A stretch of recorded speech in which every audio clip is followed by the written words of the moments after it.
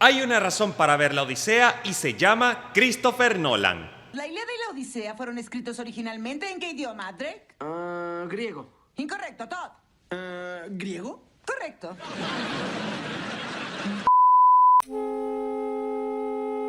Hola, ¿qué tal? Yo soy Víctor Reynoso y bienvenidos a un nuevo video para el canal. Tenía rato sin hacer reviews con respecto al cine, a las series, a la música, pero en vista de los acontecimientos del 24 de junio con los terremotos que azotaron a Venezuela, se hizo una pausa al contenido, lo hemos retomado en este último tiempo y ahora hemos vuelto a las reviews de películas. Y qué mejor manera para volver que con la Odisea. La nueva película de Christopher Nolan, un director que no hace falta presentación, es de los mejores que hay del siglo XXI, que ha revolucionado al cine con sus obras, desde El Caballero de la Noche, Memento, Inception, Interstellar, Dunkerque, Tenet y Oppenheimer. Con esta última película obtuvo el Oscar a Mejor Director, a Mejor Película, lo cual lo hace tener mucha relevancia en lo que haga en sus proyectos a futuro. Y La Odisea no es la excepción. Esta película viene 3 años después de lo que pasó con Oppenheimer y narra ese poema que creó Homero. ¿Quién es Homero? Homero, según la mitología griega, pertenecía a este grupo de poetas que se llamaban los homeristas e hizo una obra llamada La Odisea, que data del siglo 8 a.C. Esta obra no está concreta si se hizo en ese tiempo o antes o después. Hay muchas incongruencias de estos hechos, si son verídicos o no, pero lo cierto del caso es que lo que se vio en pantalla es tal cual lo que te cuenta la historia. ¿Y de qué trata al respecto? Básicamente es el viaje del rey Odiseo, rey de Ítaca, una de las islas que conforman Grecia, en su retorno a casa, después de lo que pasó en la guerra de Troya, que ellos obtienen la victoria, logran conquistar Troya, y de ahí tienen que enmendar un viaje que termina siendo turbulento para Odiseo. En medio de eso nos vamos a Ítaca, donde hay muchos pretendientes tratando de esposar, o de desposar mejor dicho, a Penélope, que es la esposa de Odiseo, y tiene un hijo llamado Telémaco, que es un niño al cual lo consideran como un cobarde, un hijo de papi, de mami, y que nunca va a poder tomar el trono. Es el verdadero heredero, pero no está preparado al respecto. Uno de esos pretendientes se llama Antinoo, que quiere esposar a la mujer y poder formar un nuevo reino, porque ya todos creen que Odiseo está muerto, y no es así.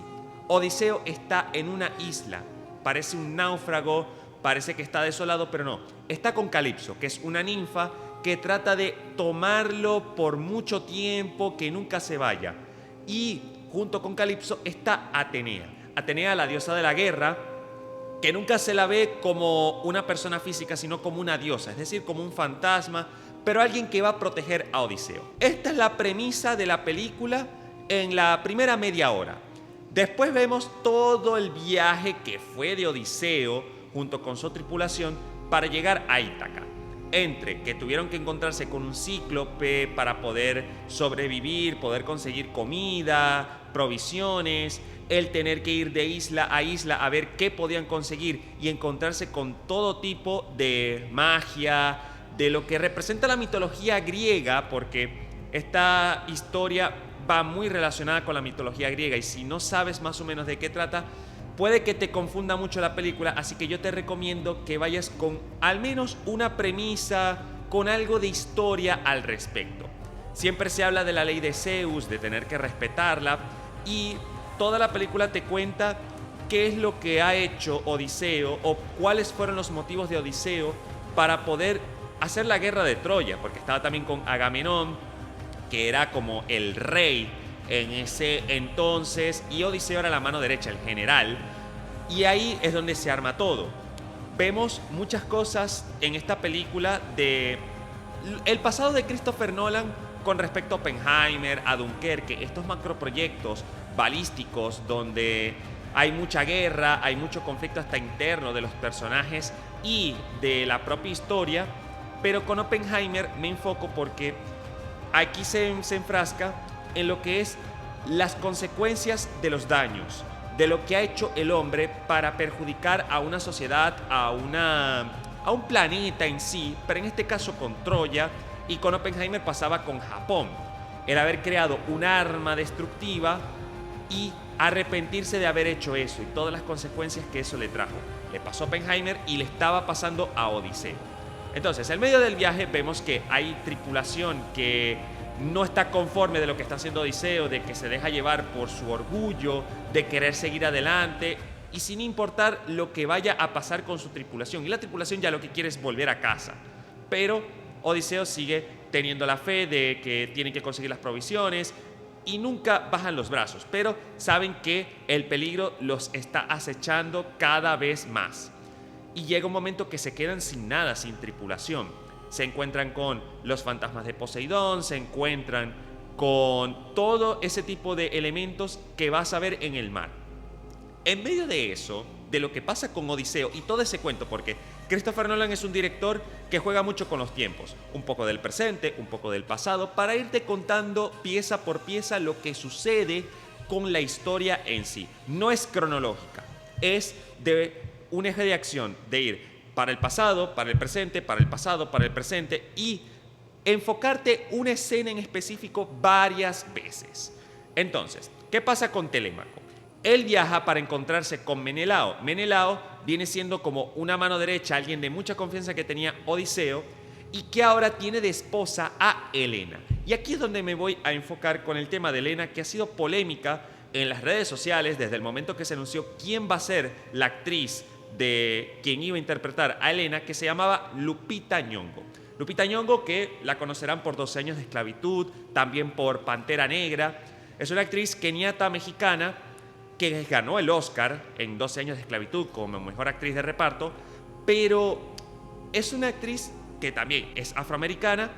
El detalle es que no la estaban asociando mucho con Helena, que para quien no sepa quién es Helena, es la mujer más bella que ha existido según la mitología griega, alguien deseada por los hombres y fue la causante de la batalla de Troya. Por orgullo, por amor, terminó causando esta batalla tan famosa en la literatura. Que por cierto, la Odisea es el primer verso, la primera literatura del occidente que proviene de los grecolatinos. Así que hay mucha información al respecto. Pero ¿qué pasa con Menelao? Que él quería saber qué pasaba con Odiseo. Lo mismo con Telémaco, que Telémaco nunca pudo conocer a su padre porque era un bebé cuando partió a Troya para poder hacer la conquista. Y le cuenta simplemente leyendas, cómo fue que se originó la batalla de Troya, el tema del caballo, un obsequio que le tenían a Atenea, y pues ahí se desata toda la masacre que hubo para los troyanos. Y de ahí Menelao empieza a decirle, mira, tienes que resolverlo por tu cuenta, tienes que tomar el trono, y lo enseña con el tema de la arquería, a poder cazar, a poder ser un hombre, dejar de ser un niño y dejar de ser un hombre. ¿Y qué pasa con Odiseo? Odiseo trata de recordar cómo fueron sus aventuras, cómo fue su viaje a casa que no pudo llegar y termina llegando a una isla donde se encuentra con Calipso, porque él estaba solo porque toda su tripulación terminó muerta debido a todo lo que se encontraron en el mar, desde Poseidón, las criaturas mitológicas y todo lo que pudieron predecir cuando hablaron con los muertos, de que él iba a quedar solo, él iba a llegar nada más a casa y el resto lastimosamente iba a morir. Y Calipso trató de tomarlo por 7 años para que nunca se fuera hasta que estuviera listo, pero le prometió también la inmortalidad en dado caso de que se quedara para siempre, porque le agarró el amor, le agarró cariño. Y al final, cuando se enteró o se dio cuenta de que todo era no una trampa, sino que estaba preso, pues decide por su propia cuenta volver a casa. Y lo logra, con la protección de los dioses griegos, de la misma Atenea, llega a Ítaca. Entonces, ¿qué vemos también aquí? Un motín que se estaba armando de Antino, que ya quería salir de Telémaco y ya poder conquistar a Penélope, poder tener un hijo y formar un nuevo reino, sabiendo que Odiseo decían que estaba muerto.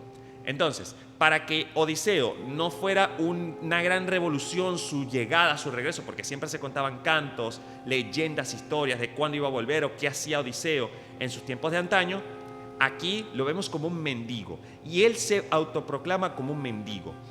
Y él no se llama Odiseo, sino Sinón. Sinón viene dando un homenaje a un personaje al inicio de la película que termina siendo alguien muy valiente que defendió el caballo de Troya, porque ahí es donde estaban los guerreros que no podían ser descubiertos porque si no se les iba todo el truco, y él defendió a capa y espada, con todo y que se sacrificó por ellos. Pero estaba esa duda de si fue todo en vano o valió la pena. Entonces, cuando él va para poder encontrarse con Telémaco, Telémaco le iban a tender una trampa, todo lo que es el motín de Atino, pero ahí aparece Odiseo para poderlo defender. Pero nunca se pronuncia como Odiseo, siempre se pronuncia como un mendigo para que no sospechen ni nada por el estilo. Cuando van al viaje de poder llegar al reino, que van a hacer un banquete para poder celebrar la vuelta de Telémaco, porque había muchas dudas si volvía o no, Odiseo lo acompaña y se encuentran con un perrito que estuvo tanto tiempo esperándolo, que fue su fiel acompañante, su casa, su perro cazador, que cuando llegara de vuelta a Odiseo ya podía descansar en paz, y así se cumplió. Entonces vemos a Odiseo que arma como un revuelo, vemos quiénes eran los pretendientes y se enfocan por supuesto en Antino, y Penélope le dice: mira, quédate que quiero hablar contigo.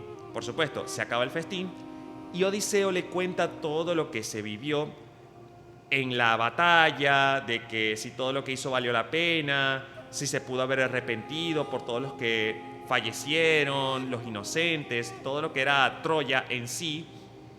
Y ahí Penélope se da cuenta de que el quien estaba hablando obviamente era Odiseo, pero no se estaba dando cuenta. Entonces organiza una especie de competencia para ya de por sí poderse casar con alguien. Se casa con alguien, el que pueda acertar con un tiro al arco a 12 obstáculos. Y tienen que, por supuesto, poder enmarcar el arco y así poder hacer todo ese proceso. Nadie puede, ni siquiera el propio Antino, porque estaba ya seguro de que tenía la mano de Penélope, hasta que llega Odiseo y dice: déjame probar a mí. Y lo prueban. Lo prueban con todo, y que había muchas dudas al respecto, y él logra poder enmarcar el arco y logra acertar. Y ahí es donde se da cuenta que es Odiseo. Y se desata la batalla, donde termina matando a casi todos los pretendientes, incluyendo a Antino. Telémaco logra por fin ser un hombre y poder enfrentar una situación real. Odiseo termina casi muriendo, pero no pasa porque había una protección de los dioses. Telémaco termina convirtiéndose en rey y ya por fin van al exilio a poder vivir tranquilamente después de una larga batalla. Esa es toda la película en sí, dura 3 horas. Las 3 horas no se sintieron para nada pesadas, y me gusta mucho. Y ni hablar de lo que es el apartado visual, el apartado técnico, estético, que eso en Christopher Nolan siempre va a ser excelente. Y cuando a ti te dan un cheque gordo para poder dar un presupuesto, es asombroso. Ahora, voy con una conclusión de lo que a mí me pareció la película. Christopher Nolan es un director que a mí me gusta, no es mi favorito, pero me gusta su filmografía, y cada vez que saca algo te dan ganas de aprender de cine, en la parte visual, en la parte estética, el cómo trabajar con los efectos prácticos, porque él es muy reacio a no usar el CGI. Quizás no es el mejor con respecto a los guiones, a las historias, aun cuando esta sea una adaptación de una obra de hace 3000 años, pero valió totalmente la pena. La experiencia es increíble. Qué lástima que en Venezuela no hay pantallas IMAX, pero lo que se vio en el cine, la verdad que me lo pasé muy bien y yo se los recomiendo. Es una experiencia bonita, hay un muy buen ritmo, y ni hablar del cast, que aquí ni lo he mencionado quiénes son los actores. Empezando por Matt Damon, Tom Holland, Robert Pattinson, Charlize Theron, Zendaya, John Leguizamo, Benny Safdie, Lupita Nyong'o, John Bernthal. Y son increíbles. Se me escapará otro nombre, pero es un casting espectacular. La mayoría ganadores del Oscar, actores de jerarquía. Y esas son las cosas de las cuales yo destaco de Christopher Nolan, que trabaja con lo que tiene, y que los estudios, o en este caso Universal, trabajan y saben que él es un cheque asegurado de mucho dinero para la taquilla, para la crítica, y que va a ser candidata al Oscar. De ahí es donde yo me quedo. Quizás te pueda chocar el tema de la historia, te pueda chocar que no es tan precisa con respecto a quiénes son los actores, que si está todo correcto, pero recuerden que esta historia ha sido amañatada durante siglos. Ni siquiera se sabe si todo lo que se ve es real de la parte histórica, la parte literal, si fue escrita por Homero o no.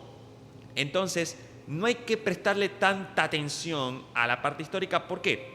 Porque apenas se sigue investigando la mitología griega, se sigue desarrollando, todavía no hemos llegado a ese punto preciso de que si fue cierto o no. Se sigue todavía desarrollando ese apartado. Así que yo no recomiendo a la gente que se enfrasque tanto con la historia o con lo que es la mitología griega, porque hay que seguirla desarrollando y eso lleva muchísimo tiempo.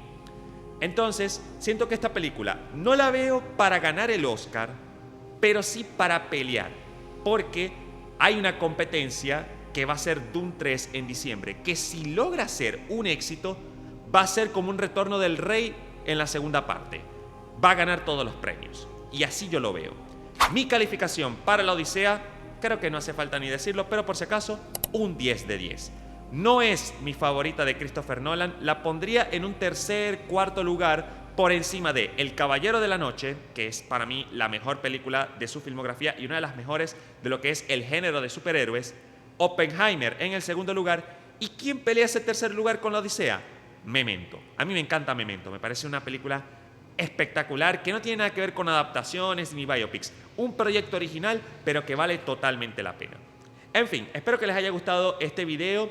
Recuerden que esto es un simple análisis. Aquí no nos estamos metiendo con la parte histórica. Esto fue lo que yo vi en pantalla, lo que me pareció espectacular de esta película, que es uno de los estrenos más esperados y lo confirma tanto en crítica y probablemente en taquilla. Así que yo se las recomiendo, la van a pasar excelente.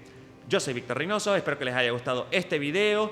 Ya saben que la mejor manera de apoyar este contenido es suscribiéndose, dándole like, comentando qué les pareció la película, si ya la vieron, si tienen ganas de verla, si les gustó el cast, si les gustó el apartado visual, todo lo que les pareció de esta película.